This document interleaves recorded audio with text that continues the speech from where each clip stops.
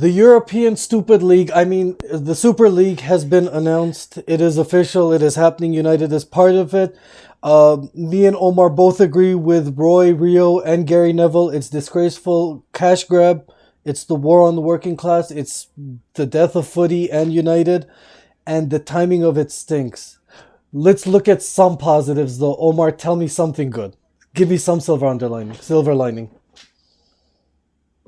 So I'm hearing a lot of talk from people who live in America that it's good for clubs because they don't get relegated. They don't understand the concept of relegation. When a team goes through a rebuild, they don't have to get not qualify for the Champions League. They'll always be there. They'll take a few years and then they'll come back. That's supposed to be a positive. Your team is going to be there, always competing at the top. And they will get money. Nothing will happen to them. I think you can argue that's a positive. Yes, I suppose that's a good thing, but there's a lot of holes in that, Majid. I don't like it. I'm glad you brought this up. Actually, sorry. This is completely unscripted, guys. I'm glad you brought this one up. The American influence in this entire deal needs to be completely out in the open. They keep saying ownership, and they keep sort of bringing it to Arab ownership, the City owners and PSG owners. But there's a very American touch to all of this. 3 out of the top 6 American clubs are American. 3 out of the 6 owners of the EPL are American. And the bank that's doing this is American. And one of the... Top 6, by the way. Special 6, yep, top Arsenal. 6. Arsenal. And Spurs, baby. and Man United, by the way. They're not even they're not even in the last while, the top 6. Anyway, go on. Sorry. No, absolutely, bro. The top 6 are acting like the bottom 6. This is a point I wanted to cover, actually. The top 6 are acting like the bottom 6 these days. Do you remember when they were talking about the 5 substitutes this last year?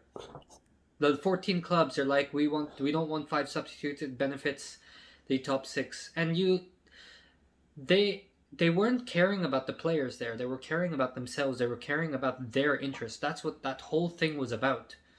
Like when you actually look at it, it made sense. Introduce 5 substitutes, gives people a break. They're playing a lot of football. This one is again the top 6, the big 6, whatever you want to call them. My club, by the way, that I used to go to see at games. They just wanted to protect themselves. That's it. That's their interest. I'll give one silver lining on all of this. If you Google Kerry Packer cricket, this breakaway league has happened before. And what happened with the Kerry Packer in the cricket thing, they actually innovated on the sport.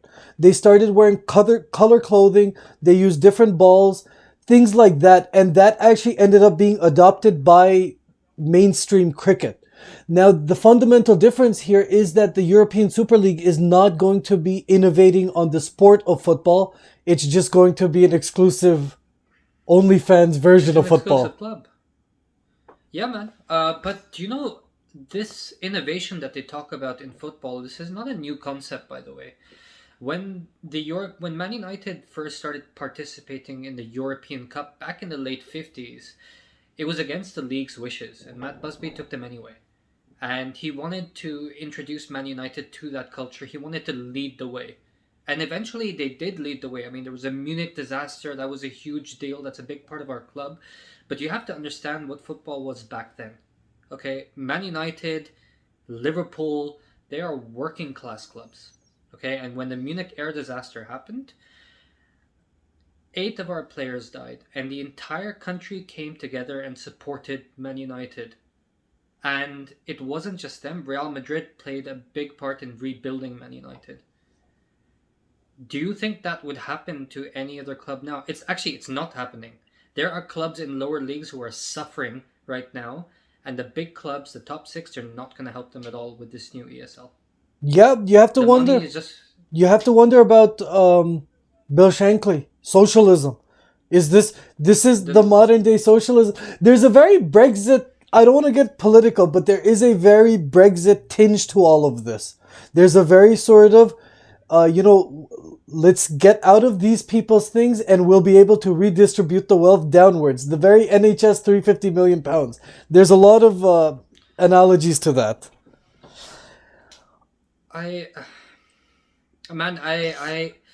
Do you know when Neville was talking about it? You heard like he talked about how much it meant to him and what it meant to each club and what kind of sanctions could they impose.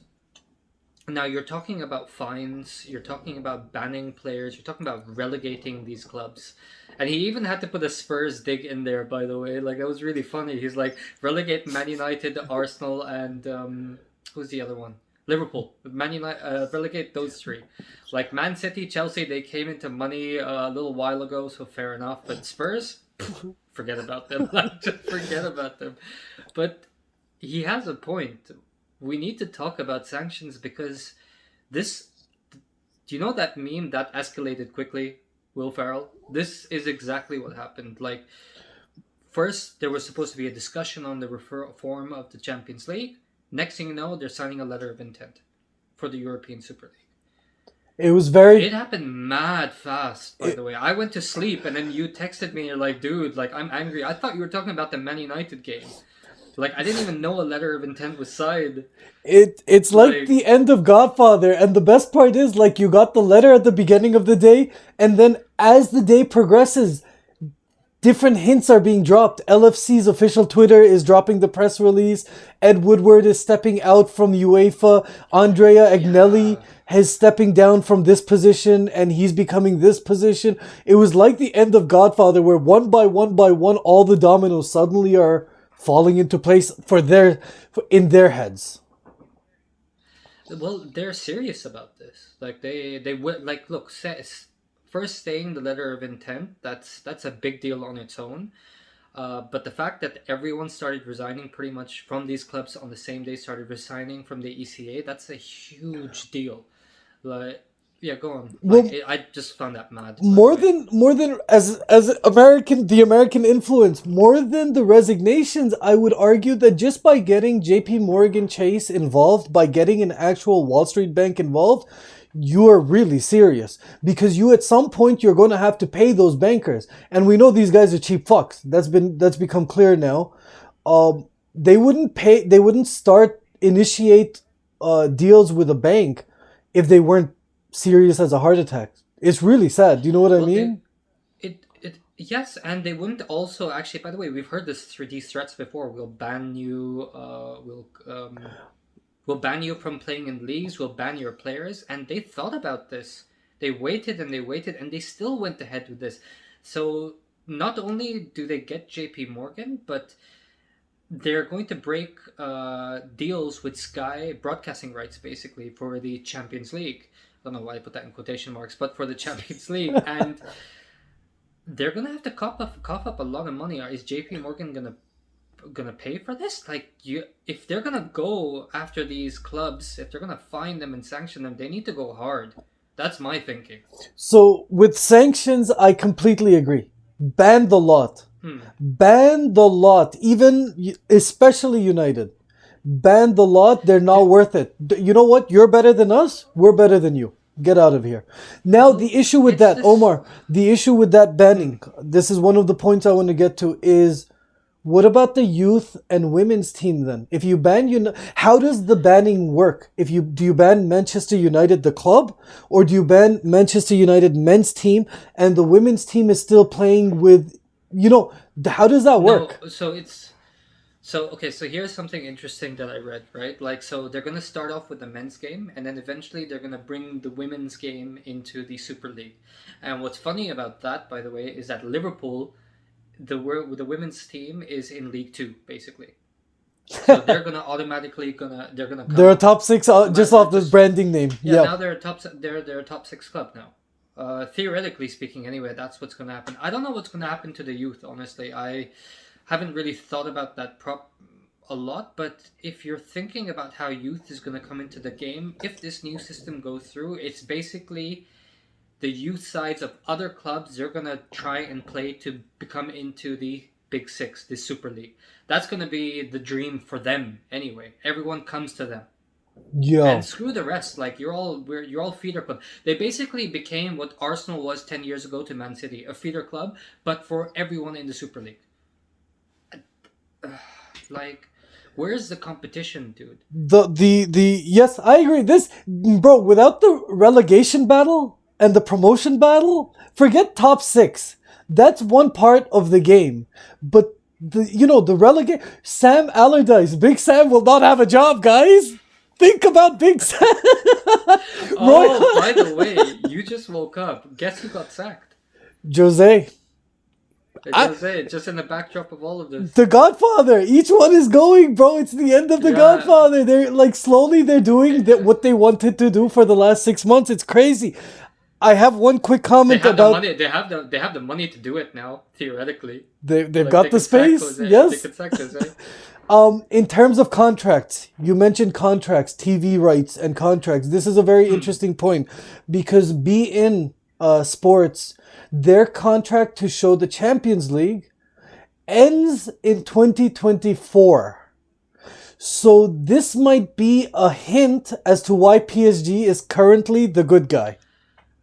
I agree. I don't think it's out of goodwill. I think PSG is there because one, they have a World Cup coming up in 2022, and there was a lot of controversy around that. And there's also, well, they've never really won a Champions League. They really want to win a Champions League, so maybe they have a chance of beating West Ham in 2022. So who knows, man? I don't think it's out of goodwill. I think it's all money. Like even Sky, by the way, as I know they're really angry at them, and they are always going to be anti-European Super League, but it comes down to money for them. That's what the game has become. It's all about money. And by the way, speaking of contracts, I want to speak about something else that I thought about. Did you know? Okay, so in the last while, they've also said there's also talk that the clubs don't care if players get banned from international tournaments. In fact, they prefer it. They want to protect their investments. They haven't consulted the players. They haven't consulted the fans what they actually think. I don't think players are going to be happy about this. And so UEFA has just come out like maybe an hour ago, said they are going to ban everyone. Like anybody who's associated with the club, you can't play in international tournaments. I think they should go one step further and open the transfer market right now. Open the transfer market and force the players' hands. You need this. If you want to hurt these clubs, you have to speak in the language they know. It needs to be money. You need to hurt their revenue by not attending games. That not being in the stadium has hurt them. This accelerated the process for the Super League. So don't go to the games. The next one, go after their star power. Open up the transfer market, ban these players, see if they want to push for something. Force the hand of the clubs. I love the idea. I genuinely love the idea. And that actually, what about the coaches now? What about the Jurgen Klopps and the Oles of the world? That takes care. That's a possible solution for the players getting out of this sticky wicket. What about the coaches, please?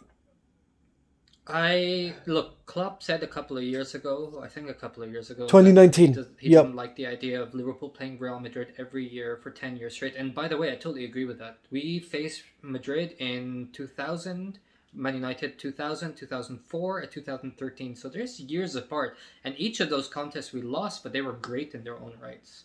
I don't want to see that. I agree with him. I don't want to see them playing each other all the time. And I hope he believes in that too enough that he will take a stand. By the way, Tuchel, he's already said, I think he said, I know about it. So he's kind of walking the company line. He's playing it safe. The only player who's come and spoken out about it is Ander Herrera, publicly. And actually, that's not true. Now, some other people have commented. Bruno Fernandes commented on a post of another player who was basically talking about great Champions League nights, great Champions League victories. And he said something along the lines of, you can't pay for this, basically. So yeah. It's... Sorry, I went on a bit of a tangent there, but I do agree. I hope managers kind of take a stand against this. I don't know if they will. It's interesting. I think the bans need to start coming first. I think the sanctions need to start coming first. Someone needs to be brave. Someone big needs to be brave. The only issue I have with the sanctions and stuff is that it affects directly the players and the coaches, the two entities that had nothing to do with the decision making. I know, but this is war. I get it, bro. I'm not disagreeing. I'm just, I agree with you. By the way, I was talking to one of my friends. She's a lifelong fan, born and bred in Manchester, and she said the same thing. She's just like, look, I like the idea, but the players have done nothing. The managers have done nothing. Which is why your Yeah, go on. transfer idea is not bad as a like sort of quick band-aid to this. Like Jesse Lingard move to West Ham, start a career there, and United just I don't know what's Can't gonna fit. happen. I'm Yeah. really shell shocked by all this, how fast and the speed, and it's just so weird, bro. What the hell is going on in the UK? Like, So it's not just the UK, man. This started in Spain. This started with Real Madrid. This started with Juventus was a big part of this as well. Juventus spent a lot of money to try and win the Champions League. For the longest time in the last 10 years, after they got relegated to Serie B because of their corruption scandal, they rebuilt the club, and they would buy like old players in their 30s. They would rebuild the club, and they made a couple of finals in the CL, but they never won it. Then they bought Ronaldo to win the Champions League, and that didn't work out. And I think they were just like, you know what, screw it. We're not where we want to be, but we should be making more money because we're Juventus. We have that star power. I. It's not just England, man. It's all of them. They're just greedy. very fair. It is all of them. They are all greedy little pigs. There's one little greedy little pig I would like to discuss last. Bayern Munich. Are we supposed to? Are they the good guys or not? Are they just waiting, or are they part of the next wave? What's up with them? Am I supposed to like them or not? I don't know, but if you look at it, kind of, Bayern Munich is such a well-run club. I know it's not a perfect club, but it's a well-run club. They do tend to buy up players in lower leagues. Like, they are very dominant in the Bundesliga. I don't know what the politics are. Them and Dortmund have backed down. Dortmund is kind of what's supposed to be what Liverpool are in England. They're the people's club. Yeah. So I'm not surprised that they actually backed down from this. But Bayern, whether you can like them or not, whether people always say a lot of stuff about Bayern because they play in a farmers league, for example. They have no competition, but I think they did a good thing here. I don't know if there's any money behind it, if to what their motives are, but if they stay out, I think that's better. Whatever the reason is, I think that's better. Just stay out and don't come in, because Bayern are one of the most successful European clubs. They're not like Spurs. They're not like Arsenal. They have European history. And I know Spurs fans will point out that they have a European title. I don't even know which one it is. Sorry. I don't. Like, I don't care about your club. But you don't have European history. Not in the same way that United or Liverpool have it or Bayern have it. So I hope Bayern stay out of that. Fair. Yeah, very fair. Um, Anything you want to add? Man, there's so much I want to add, but I just want to repeat this. I really, really hope that UEFA, FIFA stick with their sanctions, stick on, like, be hard on them, go after their revenues. That's the main thing. You need these guys. They don't care about anything. They only care about making money, more money. So hit them where it hurts. Go after their players. Open up the transfer market so these players can play internationally, transfer out. And if there's going to be a fight on that front, let the players sort it out. But it will force their hand. That's what I feel personally. Fair. Very I feel fair. like we're going to talk about this topic a lot, by the way. I don't think this is the end of it. This is going to go on for a while. It Majid, what about you? Do you feel like you have anything to add? it is gonna go on for a while, and if it does go on further, I'm letting you guys know, like on live thing. I'm removing the banner, and I'm kind of out of the whole like fandom thing. I would be checked out by then. It's Um, I have been thinking about this a lot, by the way. Like, this is what I've been struggling with all day. I've not had a good day simply because when I went to the gym this morning, I saw a guy wearing a Liverpool shirt while I'm listening to all the videos about what's going on, what I missed while I was sleeping, and I was just disgusted with my football club. well, that's the That other. makes me. That's the only the closing. My only closing thing is about the marketing. Is who thought this was a good idea in terms of damage? Like, you've damaged your brand.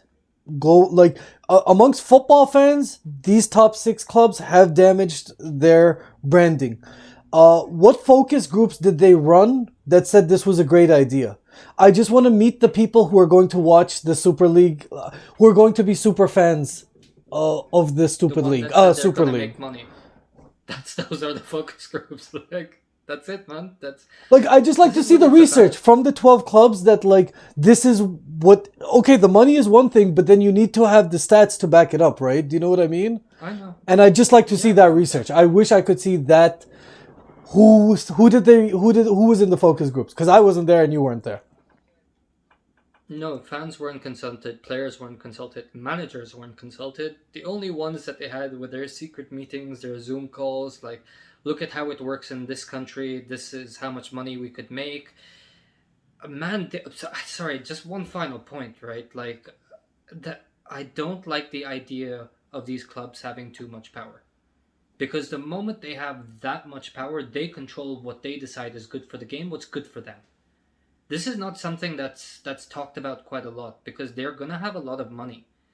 Who comes into this new Super League? Well, you need to qualify. It's based on your history, all of this stuff. Like, they're gonna control what comes in, what comes out. We don't like that you're doing this. We don't like the stand that you're taking. We don't like anything about it. We control it. They're gonna make all the smaller clubs their bitch. That's their intention, and I don't like that. Well, this actually, I had a point about this. You're going from a club model, which is sort of bottom up. So, like, you make a club, you make a club, you make a club. Let's play against each other because we don't want to organize it. Let's hire somebody else to organize us to play that. So it's bottom up. We've got 6 clubs and FA is organizing us. This becomes top down. There's a league in place, there's founding Yes. members, and they dictate to everyone down, trickle down, what's going on or what's happening, and the revenues flow like that. And I don't like that model either. I don't like that switch at all. Fo- Football is incredibly flawed, but it's a game which people do really really enjoy watching. It brings them a lot of comfort, especially working class towns, especially a lot of them in England. Their economies are based on either universities or football. All of this could be damaged very very soon just because of this top down model. Absolutely. I really. That's a different. I'm sorry to cut you off like this, but that's a completely different topic. The harm to the local economy is its own separate content because we'll get to that eventually. Hopefully, maybe hopefully not, but we might have to get to that because the harm on local economies is it's going to be devastating. It's really really the locals next to stadiums. Next to Burnley Stadium, the 5 locals. Khalas, like, 12 games, 6 teams, 12 times 2, 12 are out the season. I don't know what's going to happen, right? Um, Yeah, man. It look. I'm just ashamed of my club. I'm really ashamed. I want to leave it at that. That's everybody's sentiment, whether you're United, Liverpool, Chelsea, Juve. If you're a real fan, you Spurs. are ashamed of your club. This is not the right decision. You guys let us know and tell us what's up. Peace out. And don't stop fighting. Peace.